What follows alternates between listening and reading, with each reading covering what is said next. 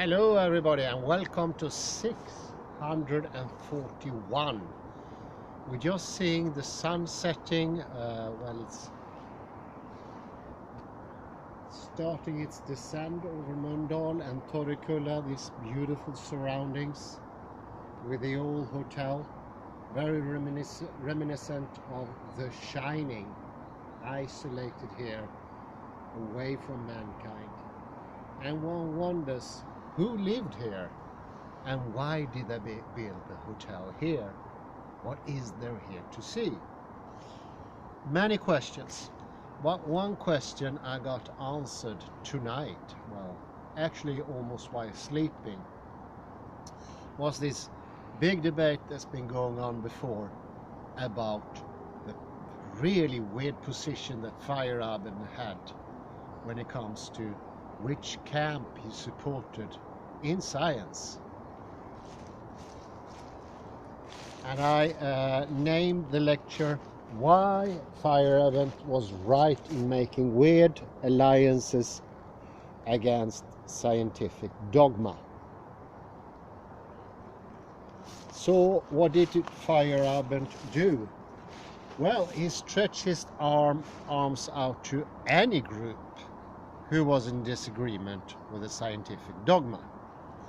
That was one of the reasons he was termed the anarchist of science.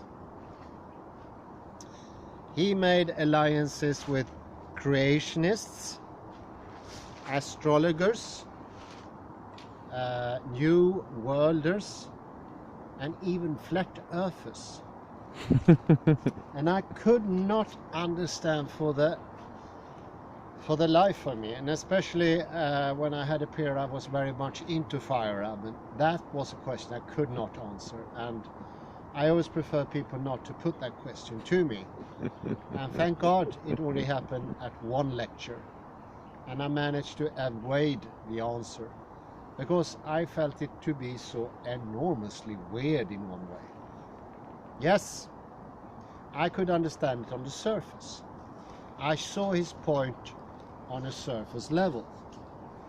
Of course, there's a dogma within science, and to question that dogma, you need force. You need to pull through.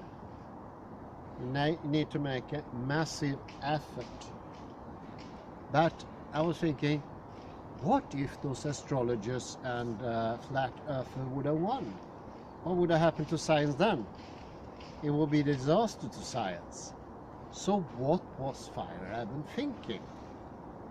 And my only possible solution or idea of the whole thing was that maybe he didn't care. Maybe he was at heart a true anarchist. And that was his rebel acting out somehow.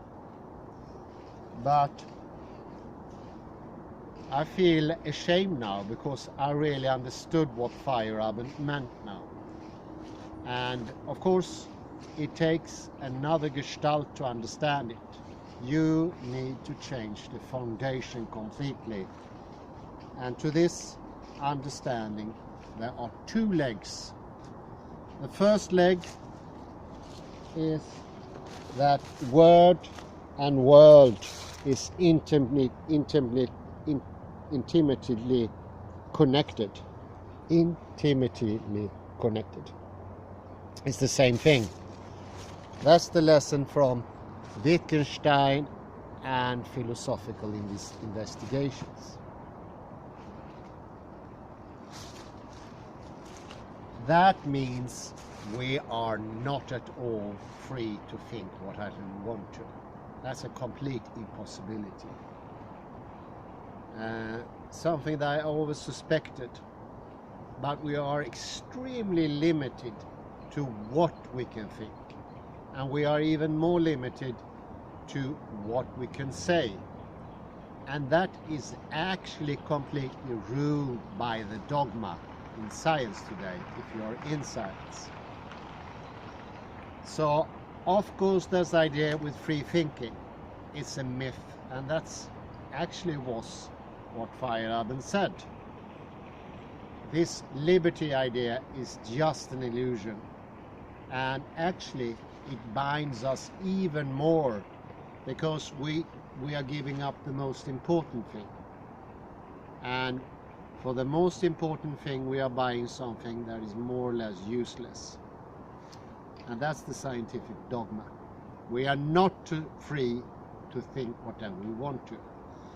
It depends how strong you are.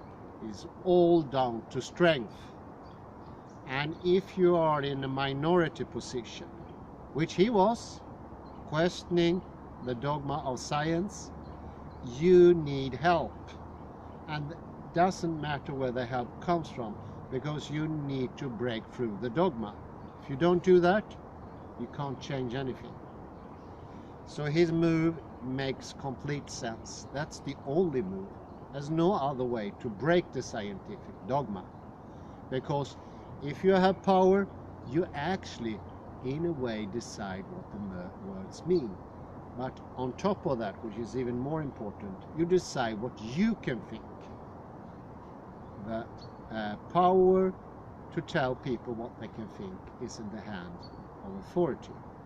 And it's, in this case, the scientific dogma decides what's possible to think. It puts out its limits. And those limits are exactly as Wittgenstein, they are completely definite. You cannot by happenstance cross them. They are complete, eternal, and impossible to break without a tremendous force. And that was that force he was gathering.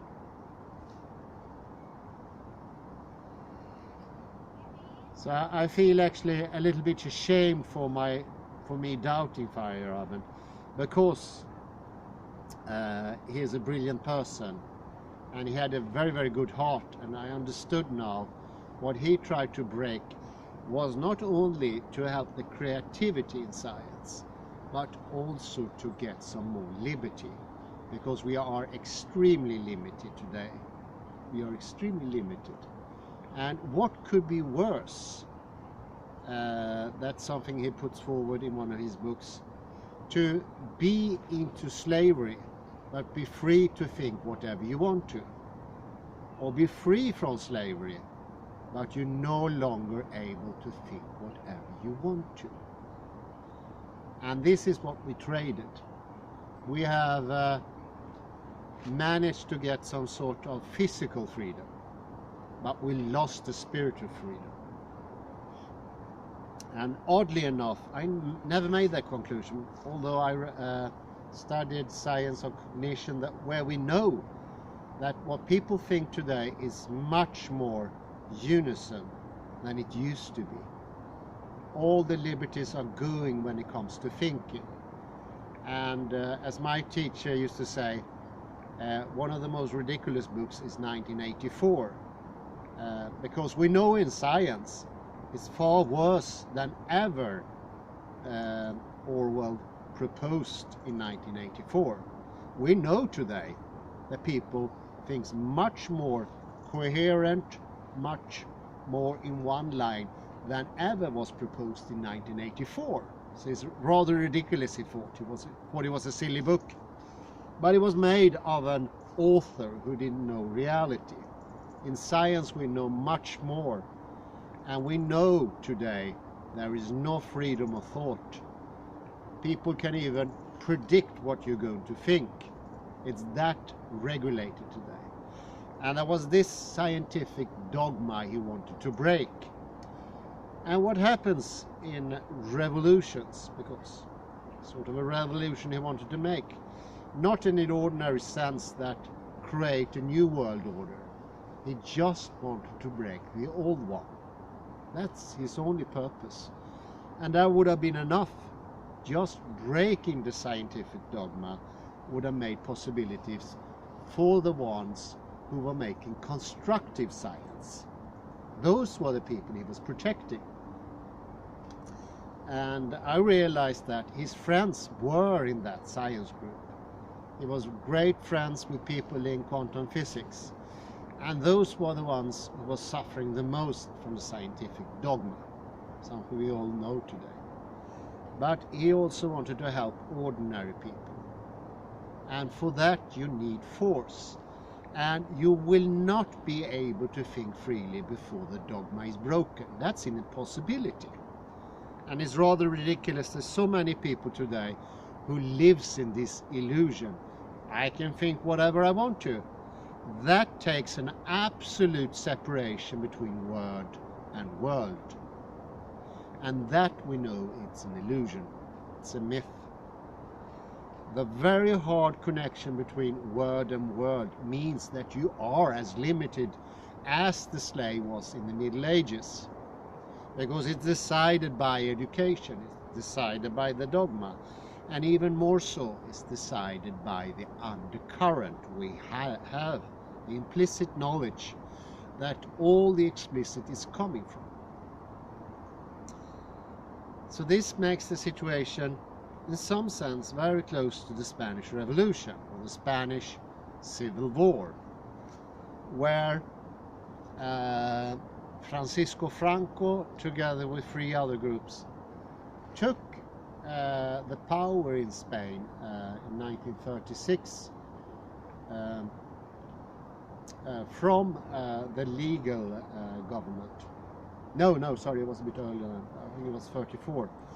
It took over the power in the country from the legal government, the elected government, and the government forces that were overthrown joined forces with all kinds of groups, and even the groups that the government despised the most, like the Stalinist communists, who were also enemies of liberty and democracy. But it didn't matter, because the important point was to break the majority, the power. And this coalition is, many people think, this is extremely weird. How can a liberal person join forces with a Stalinist? And it was even more fractions. It was even people who didn't believe in democracy or even in the individual, or even worse people, Trotskyists. But they all joined forces to try to overthrow the coup d'etat government. And that is almost what Feyerabend wanted to do. In order to get liberty, we need to break the dogma. These other people can't construct a dogma. You need to be in a majority, and you need to be in a majority for centuries. They don't have that power, because power needs to be implicitly grounded in etymology, in tradition, in everything we make by time. And those people would not be able to do that. They had to compete on equal levels. And that's just what Feyerabend wanted. He wanted a free science, where you show what you showed scientifically. That was the important. Not if it was in line with classical physics, or according to the institutions, or according to the educational systems. No, a more fairer judgment of what you were proposing. And of course it becomes even more clearer since Feyerabend was completely on the side on the quantum physicists.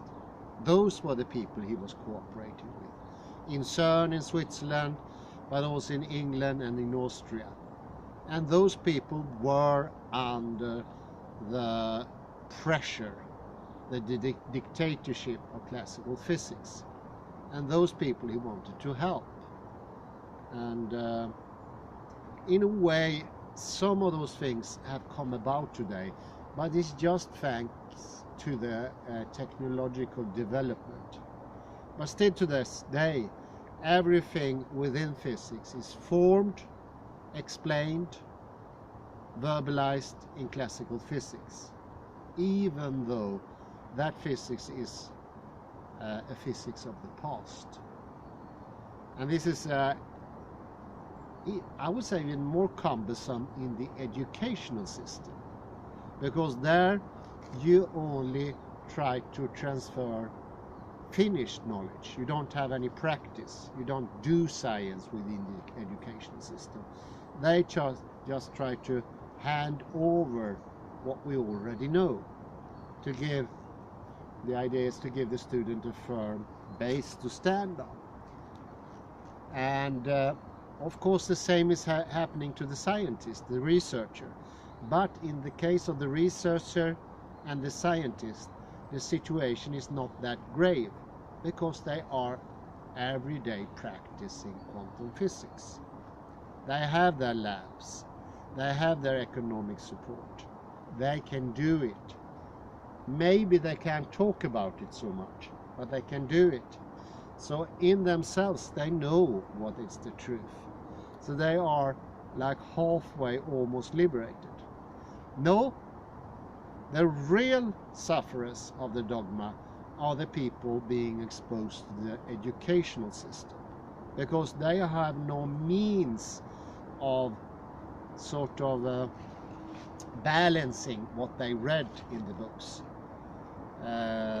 So when I read something in a science paper, my interpretation will be implicitly different from a real scientist who does that practically. Will be the same text, but I will interpret it much more like a standard classical physical way, like there is a foundation to reality, and that we really have a division between words and world. Whereas, are you working with quantum physics?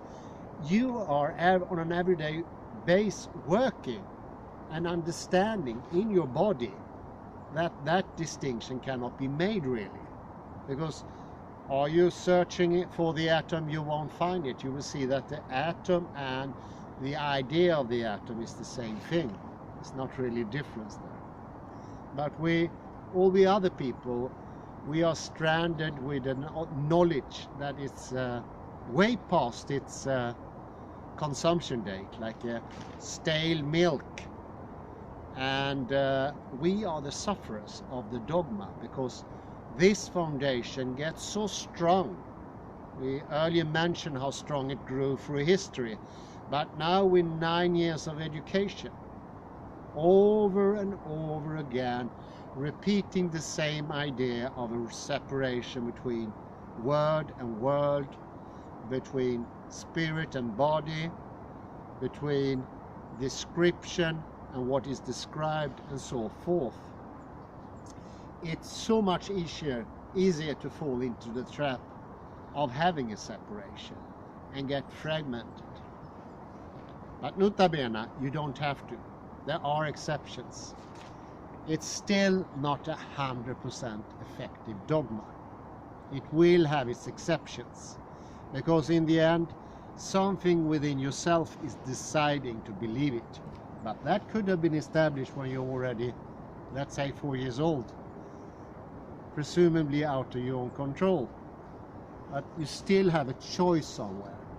We cannot take away human choice, but we can be tricked into believing we don't have a choice. And that's a whole nother matter.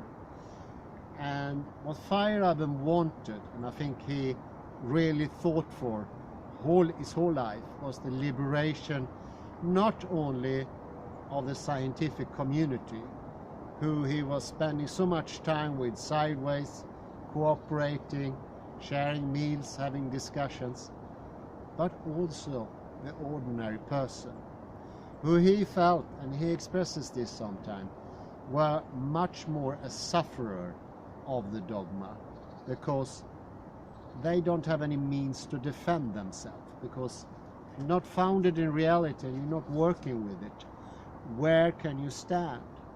Somewhere in this process you could actually lose your balance, literally, I'd say. Literally, you lose your balance, and you can go off a tangent, end up somewhere in a very dark place. And this is one of the effects of the scientific dogma that's one of the most severe, I would say, because it puts so hard limits. I don't believe ever thinking could be completely free. Never can be. shouldn't be maybe even, I don't know. But so limited as it is today, it shouldn't be. Because it threatens society, it threatens the foundations of society. And it's also causing incredibly great damage to our health, our bodies. Because the divide between matter and mind and body and soul is damaging. It's something that hurts our bodies and our souls, and that's a price to pay for that.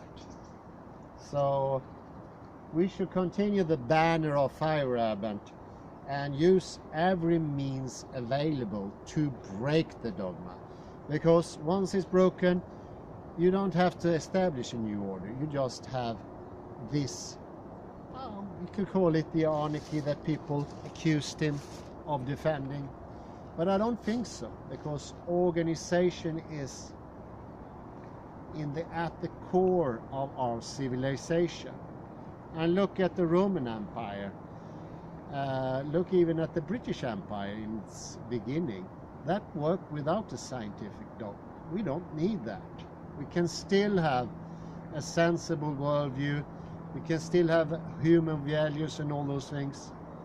Because one of the things with the scientific dogma, it's its claims that they defend human liberty, equality, and the rights of the regular human being. And that is one of the lures that makes it even stronger. That's a complete falsehood. It's not very nice to tell people they can think and not to think. I think that's to rephrase Feyerabend, that is truly a dictatorship, because to limit the mind is to limit the world, and then effectively you're turning people into slaves. So sorry, Feyerabend, I misunderstood you for all these years. Wow, 5-6 years. I will conclude this lecture saying, proposing a toast. I'm sorry, Feyerabend. All for the best wherever you are. Cheers. Cheers.